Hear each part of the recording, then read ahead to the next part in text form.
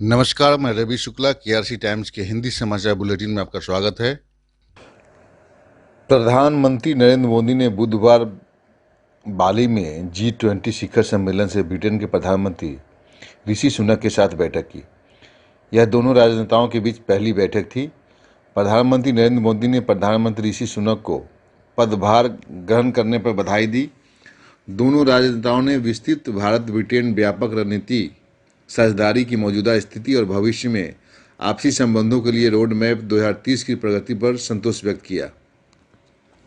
दोनों राजनेताओं ने G20 राष्ट्रमंडल सहित द्विपक्षीय एवं बहुपक्षीय फोरम में साथ मिलकर काम करने के विशेष महत्व की सराहना की। इस बैठक के दौरान आपसी सहयोग के महत्वपूर्ण क्षेत्रों जैसे कि व्यापार, गतिशीलता, रक्षा और सुरक्षा पर चर्चा की गई। सूचना प्रसारण मंत्रालय के सचिव अपूर्व चंदा ने बुधवार कहा कि भारत में 1.2 बिलियन से अधिक मोबाइल फ़ोन उपयोगकर्ता हैं और 600 मिलियन स्मार्टफोन उपयोगकर्ता हैं। बेहद किफ़ायती डेटा दरों के साथ स्मार्टफोन की इस पैठ के परिणामस्वरूप उपयोगकर्ताओं ने मोबाइल उपकरणों के जरिए व्यापक पैमाने पर सूचनाओं और मनोरंजन का उपभोग किया है। सोशल मीडिया ने भारत में सूचनाओं के तेज और गहरे प्रसार को इस हद तक संभव बनाया कि इससे प्राकृतिक आपदाओं में होने वाली मौतों में भी कमी आई है। सूचना प्रसारण सचिव संयुक्त अरब अमीरात के अबू धाबी में आयोजित पहली विश्व मीडिया कॉन्फ्रेंस में बोल रहे थे।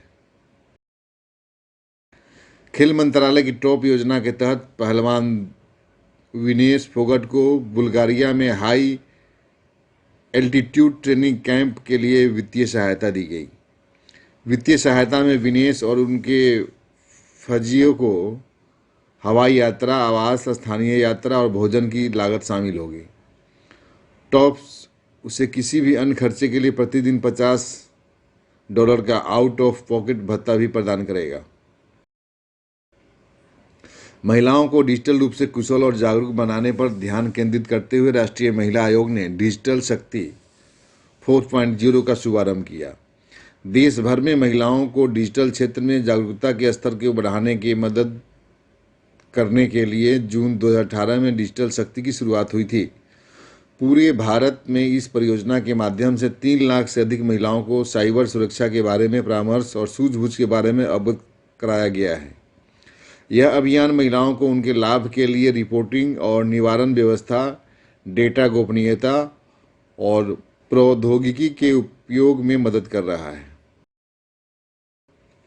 भारत की राष्ट्रपति श्रीमती द्रौपदी मुर्मू ने बुधवार को भोपाल में महिला स्वयं सहायता समूह के सम्मेलन में भाग लिया और उसे संबोधित किया। इस अवसर पर बोलते हुए राष्ट्रपति ने कहा कि भारत को आत्मनिर्भर और विकसित बनाने के लिए महिलाओं की अधिकतम भागीदारी आवश्यक है। हम ऐसे वातावरण बनाना चाहते हैं जिसमें महिलाएं स्वतंत्र और निडर महसूस करें और अपनी क्षमता का पूरा उपयोग करें। राष्ट्रपति ने महिलाओं से आग्रह किया कि वे एक दूसरे के प्रेरित करें, एक दूसरे की मदद करें, एक दूसरे के अधिकारों के लिए मिलकर आवाज़ उठाएं और साथ साथ प्रगति के पथ पर आगे बढ़ें। उन्होंने कहा कि महिला स्वयं सहायता समूह महिलाओं को एक साथ लाने और उन्हें प्रगति की विभिन्न दिशाओं में आगे ले जाने का अच्छा मंच है।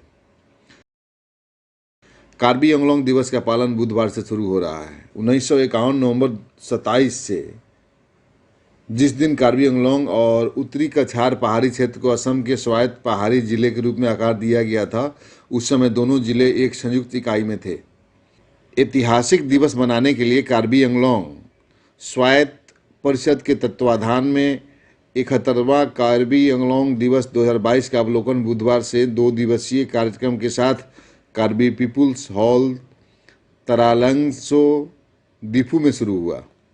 गुरुवार को ओपन सेशन में मुख्य अतिथि नागालैंड के नेफ्यू रियो होंगे। शाम को विशेष लाइट एंड साउंड शो में सुनिधि चौहान, बोनी कपूर, शक्ति कपूर, ऋतु रीवा और उनके समूह जैसे बॉलीवुड कलाकार शामिल होंगे। आज के खबरों में बस इतना ही। फिर मुलाकात होगी नई खबरों के साथ। जुड़े रहिए केआरसी टाइम्स के साथ। नमस्कार।